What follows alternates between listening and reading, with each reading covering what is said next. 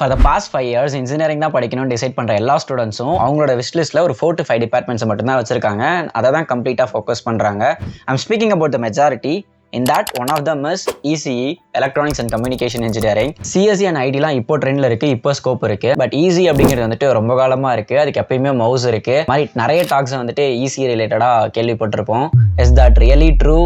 அப்படிங்கிறத இந்த வீடியோவில் பார்க்கலாம். அது மட்டும் இல்லாமல் எலக்ட்ரானிக்ஸ் அண்ட் கம்யூனிகேஷன் இன்ஜினியரிங்னா என்ன, அதில் என்னெல்லாம் படிப்போம், என்னென்ன சப்ஜெக்ட்ஸ் இருக்குது, கெரியர் பாத் என்ன, ஜாப் ரோல்ஸ் என்ன, சேலரி அண்ட் பேக்கேஜ் என்ன, அண்ட் பிளேஸ்மெண்ட்ஸ்லாம் எப்படி இருக்குது, கடைசியாக என்னோட ஒப்பீனியனையும் இந்த வீடியோவில் ஷேர் பண்ணுறேன்.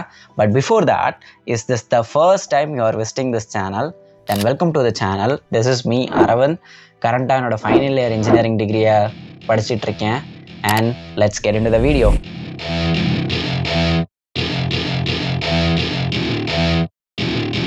Welcome to my party, we're just getting started. ECE is typically 4 years engineering undergraduate program, and by the name itself you are going to study about electronics and communication systems. Electronics na exact என்னன்னு பாத்தீங்கன்னா it's a study about electricity. அதாவது electrical energy ஓட flow control பண்ணி யூஸ்ஃபுல்லான ஹார்ட்வேர்ஸை build பண்றது for the purpose of processing information, and சில சிஸ்டம்ஸை கண்ட்ரோல் பண்றதுக்காகவும் பில்ட் பண்ற ஹார்ட்வேர்ஸ் தான் வந்துட்டு இந்த எலக்ட்ரானிக்ஸ்குள்ளார வரும். Electronic devices in our daily life ன்னு பார்த்தோன்னா calculators, old digital watches, and 24/7 use பண்ற ஸ்மார்ட் ஃபோன்ஸ், ஓப்பன் பண்ற ஃப்ரிட்ஜ், க்ளோத்ஸ் போகிற வாஷிங் மிஷின், அண்ட் கோட் பண்ணுற கம்ப்யூட்டர், இது எல்லாமே வந்துட்டு இந்த எலக்ட்ரானிக் டிவைசஸ்குள்ளார தான் வரும்.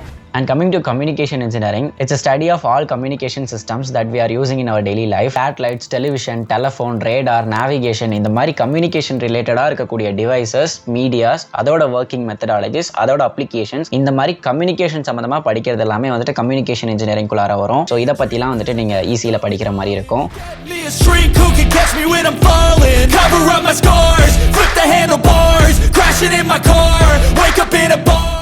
What are the core subjects of ECE நீங்க பாத்தீங்கன்னா சர்க்யூட் தியரியில ஸ்டார்ட் பண்ணி electronic devices, signal processing, analog to digital, digital to analog, communication systems, and ஃபைனலா கண்ட்ரோல் சிஸ்டம்ஸ், இதெல்லாம் தான் உங்களுக்கு வந்துட்டு கோர் சப்ஜெக்ட்ஸா இருக்கும். And specialised subjects of ECE என்னன்னு கேட்டீங்கன்னா VLSI design, embedded system, communication networks, microwave engineering, MPMC which is microprocessors and microcontrollers, wireless communication, இதெல்லாம் வந்துட்டு உங்களுக்கு ஸ்பெஷலைஸ்டு சப்ஜெக்ட்ஸா இருக்கும்.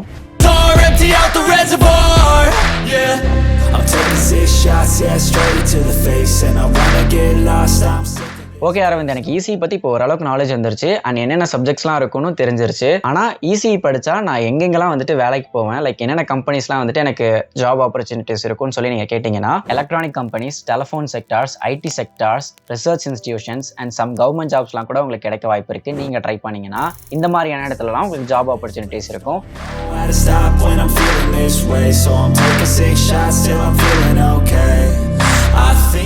And coming to job roles, first pure electronics side னு பார்த்தோன்னா electronics engineer, circuit designer, embedded system engineer, power electronics engineer, இந்த மாதிரியான Rolle's எல்லாம் வந்துட்டு உங்களுக்கு பியூர் எலக்ட்ரானிக்ஸ் சைடில் கிடைக்கும். And coming to electronics and communication engineering side, communication engineer, network engineer, wireless engineer, microwave engineer, RF engineer, இந்த மாதிரியான ரோல்ஸ்க்குலாம் வந்துட்டு போக முடியும்.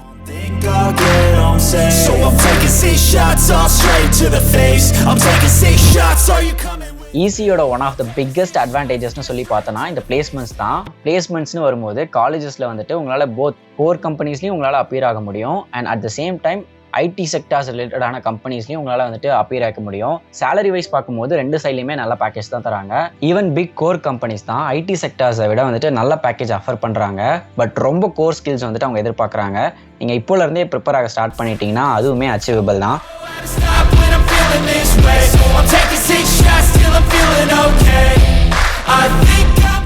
And finally, Aravind, உன்னோட ஒப்பீனியன் என்னன்னு கேட்டிங்கன்னா, if you are interested in playing with hardwares and embedded systems, then ECE is the better option for you. And இது என்னோட ஒப்பீனியன் மட்டும்தான். உங்களோட இன்ட்ரெஸ்ட் என்னவோ அந்த கோர்ஸையே நீங்கள் வந்துட்டு தாராளமாக சூஸ் பண்ணிக்கலாம். ஐ ஹோப் இந்த வீடியோ வந்துட்டு ECE பற்றி ஒரு பேசிக்கான இன்ஃபர்மேஷன் உங்ககிட்ட தந்திருக்கும்னு நம்புகிறேன், அண்ட் யூஸ்ஃபுல்லாக இருக்கணும்னு நம்புகிறேன். அவ்வளோதான் இந்த வீடியோ. நெக்ஸ்ட் ஒரு நல்ல வீடியோவில் வந்துட்டு உங்களை மீட் பண்ணுறேன். Until then, bye.